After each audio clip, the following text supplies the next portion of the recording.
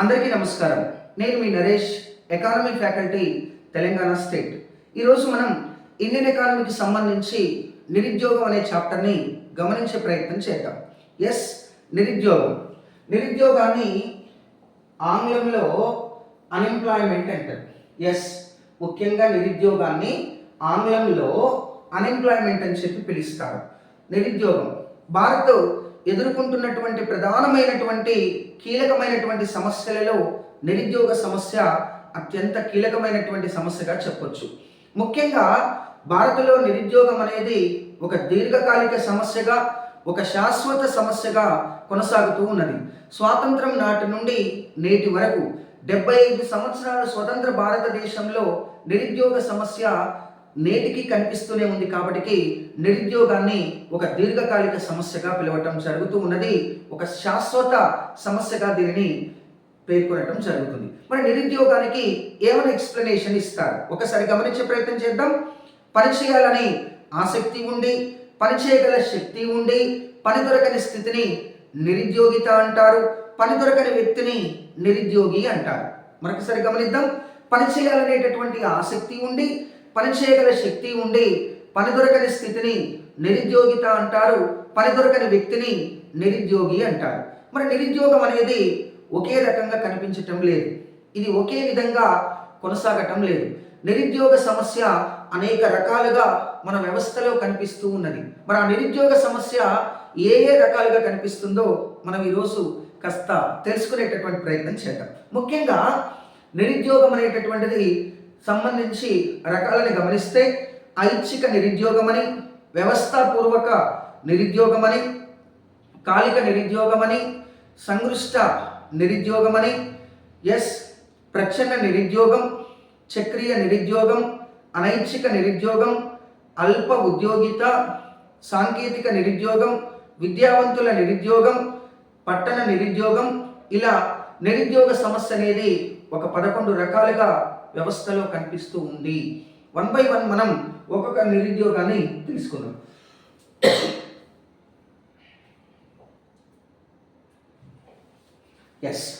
గమనించండి. ముందుగా మనం నిరుద్యోగిత రకాలలో ఐచ్ఛిక నిరుద్యోగం, వ్యవస్థాపూర్వక నిరుద్యోగం, కాలిక నిరుద్యోగం, సంఘృష్ట నిరుద్యోగం, ప్రచ్ఛన్న నిరుద్యోగం, అనైచ్ఛిక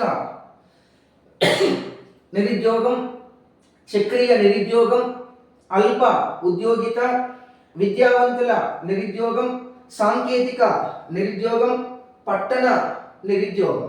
ఇక నెక్స్ట్ మనం ఇంగ్లీష్లో వీటిని గమనించేటటువంటి ప్రయత్నం చేద్దాం. ముఖ్యంగా వాలంటరీ అన్ఎంప్లాయ్మెంట్ అని, ఇన్స్టిట్యూషనల్ అన్ఎంప్లాయ్మెంట్ అని, సీజనల్ అన్ఎంప్లాయ్మెంట్ అని, ఫ్రిక్షనల్ అన్ఎంప్లాయ్మెంట్ అని, డిస్గస్టెడ్ అన్ఎంప్లాయ్మెంట్ అని, ఇన్వాలంటరీ అన్ఎంప్లాయ్మెంట్ అని, cyclical unemployment, under employment, educational unemployment, technical unemployment, urban unemployment. ఇలా నిరుద్యోగం అనేటటువంటిది ఒక 11 రకాలుగా మన వ్యవస్థలో కనిపించడం జరుగుతూ ఉన్నది. మరి ముఖ్యంగా నిరుద్యోగానికి సంబంధించి ఒక్కొక్క నిరుద్యోగాన్ని మనం కాసేపు చర్చించేటటువంటి ప్రయత్నం చేద్దాం. ముందుగా మనం ఐచ్ఛిక నిరుద్యోగం. ఒక శ్రామికుడు తన సామర్థ్యం కన్నా, తన నైపుణ్యం కన్నా తక్కువ స్థాయి పని దొరికితే ఆ పనిని వదిలివేసి నిరుద్యోగాన్ని అనుభవిస్తే వారిని ఐచ్ఛిక నిరుద్యోగులుగా పిలుస్తారు. మరొకసారి గమనిద్దాం. ఒక శ్రామికుడు తన సామర్థ్యం కన్నా, తన నైపుణ్యం కన్నా తక్కువ స్థాయి పని దొరికితే ఆ పనిని వదిలివేసి నిరుద్యోగాన్ని అనుభవిస్తే వారిని ఐచ్ఛిక నిరుద్యోగులుగా పిలుస్తారు. ఇక నెక్స్ట్ మనం వ్యవస్థాపూర్వక నిరుద్యోగం.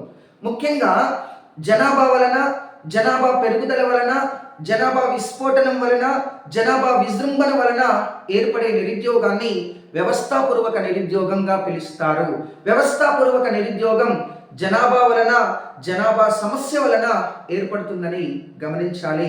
ఇక నెక్స్ట్ కాలిక నిరుద్యోగం. This is called seasonal unemployment. గమనించే ప్రయత్నం చేద్దాం. ముఖ్యంగా ఒక కాలంలో పని ఉండి మరి ఒక కాలంలో పని లేకపోవడం వలన ఏర్పడే నిరుద్యోగాన్ని కాలిక నిరుద్యోగంగా పిలుస్తారు. ముఖ్యంగా మనకున్న 3 కాలాలలో ఎండాకాలం, వానాకాలం, చలికాలం 3 కాలాలలో ఒక కాలంలో పని ఉండి మరి ఒక కాలంలో పని లేకపోవడం వలన ఏర్పడే నిరుద్యోగాన్ని కాలిక నిరుద్యోగంగా పిలవటం జరుగుతూ ఉన్నది. ముఖ్యంగా ఇది కాలాన్ని బట్టి ఏర్పడుతుంది కాబట్టి దీన్ని కాలిక నిరుద్యోగులుగా పిలవటం జరుగుతుంది. ఇక నెక్స్ట్ సంగృష్ట నిరుద్యోగం గమనించే ప్రయత్నం చేద్దాం. ఒక శ్రామికుడు ఒక రంగం నుండి మరొక రంగానికి, ఒక పరిశ్రమ నుండి మరొక పరిశ్రమకు, ఒక సంస్థ నుండి మరొక సంస్థకు, ఒక ఉద్యోగం నుండి మరొక ఉద్యోగానికి, ఒక పని నుండి మరొక పనికి, ఒక ప్రాంతం నుండి మరొక ప్రాంతానికి మారుతూ ఉన్నటువంటి మధ్యకాలంలో తాత్కాలికంగా ఏర్పడేటటువంటి నిరుద్యోగాన్ని సంగృష్ట నిరుద్యోగంగా పిలవటం జరుగుతుంది. సంగృష్ట నిరుద్యోగం అనేది వ్యవస్థలో పని ఒత్తిడి ఎక్కువగా ఉన్నప్పుడు, ముఖ్యంగా వేతనాలు తక్కువగా ఉన్నప్పుడు ఈ రకమైన నిరుద్యోగిత మన వ్యవస్థలో కనిపిస్తుంది. ఇక నెక్స్ట్ ప్రచ్ఛన్న నిరుద్యోగం. ఏదైనా ఒక రంగంలో అవసరానికి మించిన వ్యక్తులు పనిచేస్తున్నట్లయితే, వారి నుండి ఎలాంటి అదనపు ఉత్పత్తి లేనట్లయితే వారిని ప్రచ్ఛన్న నిరుద్యోగులుగా పిలుస్తారు. ముఖ్యంగా ప్రచ్ఛన్న నిరుద్యోగుల ఉపాంత ఉత్పాదకత శూన్యమని చెప్పొచ్చు. ఇక నెక్స్ట్ చక్రీయ నిరుద్యోగం గమనించే ప్రయత్నం చేద్దాం. ఇది అభివృద్ధి చెందిన దేశాలలో కనిపిస్తుంది. పెట్టుబడిదారీ ఆర్థిక వ్యవస్థ కలిగిన దేశాలలో కనిపిస్తుంది. ఆర్థిక మాంద్య పరిస్థితులు ఏర్పడినప్పుడు కనిపిస్తుంది. కాబట్టి ముఖ్యంగా చక్రీయ నిరుద్యోగం అనేది ఇది అభివృద్ధి చెందిన దేశాల్లో ఏర్పడుతుంది. అభివృద్ధి చెందుతున్న దేశాలలో ఇది కనిపించదు. ముఖ్యంగా చక్రీయ నిరుద్యోగం అనేది ఒక తాత్కాలికమైనటువంటి నిరుద్యోగంగా చెప్పొచ్చు. ఇక నెక్స్ట్ వచ్చేసి అనైచ్ఛిక నిరుద్యోగం. దీనికి ఏమని చెప్తారో తెలుసుకుందాం. ఒక పని చేయాలనే ఆసక్తి ఉండి, పని చేయగల శక్తి ఉండి పని దొరకని స్థితిని నిరుద్యోగిత అంటారు. ముఖ్యంగా వారిని అనైచ్ఛిక నిరుద్యోగులుగా పిలవటం జరుగుతూ ఉంది. ఇక నెక్స్ట్ అల్ప ఉద్యోగిత. గమనించేటటువంటి ప్రయత్నం చేద్దాం. అల్ప ఉద్యోగిత ఒక శ్రామికుడు తన సామర్థ్యం కన్నా, తన నైపుణ్యం కన్నా తక్కువ స్థాయి పని దొరికినప్పుడు ఆ పనిని చేస్తూ పోవడాన్ని అల్ప ఉద్యోగిత అంటారు. ఒకవేళ వదిలేస్తే ఐచ్ఛిక నిరుద్యోగి అని, పని చేస్తూ పోతే అల్ప ఉద్యోగి అని పిలవటం జరుగుతుంది. ఇక నెక్స్ట్ వచ్చేసి సాంకేతిక నిరుద్యోగం. భారతదేశ ఆర్థిక వ్యవస్థలో కానీ ఇతర ఆర్థిక వ్యవస్థలలో కానీ 3 ప్రధాన రంగాలు కనిపిస్తాయి. ప్రాథమిక రంగం, ద్వితీయ రంగం, తృతీయ రంగం. వాడుక భాషలో వ్యవసాయ రంగం, పారిశ్రామిక రంగం, సేవా రంగం. ముఖ్యంగా ఈ రంగాలలో యంత్రాలు, యంత్ర పరికరాలు, సాంకేతిక పరిజ్ఞానం పెరిగే కొద్దీ క్రమంగా శ్రామికుల వాడకం తగ్గి సాంకేతిక నిరుద్యోగిత ఏర్పడటం జరుగుతూ ఉన్నది. కాబట్టి యంత్రాల సహాయంతో, సాంకేతిక పరిజ్ఞానంతో ఉత్పత్తి కార్యకలాపాలు నిర్వహించినట్లయితే ఏర్పడే నిరుద్యోగాన్ని సాంకేతిక నిరుద్యోగంగా పిలుస్తారు. ఇక విద్యావంతుల నిరుద్యోగం. చదువు లేని వారిలో నిరుద్యోగిత కంటే చదువున్న వారిలో నిరుద్యోగిత రోజు రోజుకి పెరిగిపోతూ ఉండటం వలన వ్యవస్థలో ఏర్పడే నిరుద్యోగాన్ని విద్యావంతుల నిరుద్యోగంగా పిలుస్తారు.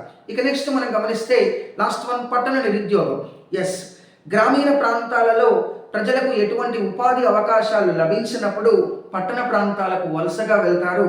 అలా పట్టణ ప్రాంతాలకు వలస వచ్చి అందరికీ పని లభించకపోవటం వలన ఆయా పట్టణాల్లో ఏర్పడే నిరుద్యోగాన్ని పట్టణ నిరుద్యోగంగా పిలుస్తారు. ఇట్లా మనం అనేక రకాల నిరుద్యోగిత రకాలు చూసినాం. ఇక మనం రెగ్యులర్ క్లాసులో ఆ నిరుద్యోగితకు సంబంధించినటువంటి అంశాలను ఇంకా డెప్త్గా గమనించేటటువంటి ప్రయత్నం చేద్దాం. Thank you viewers.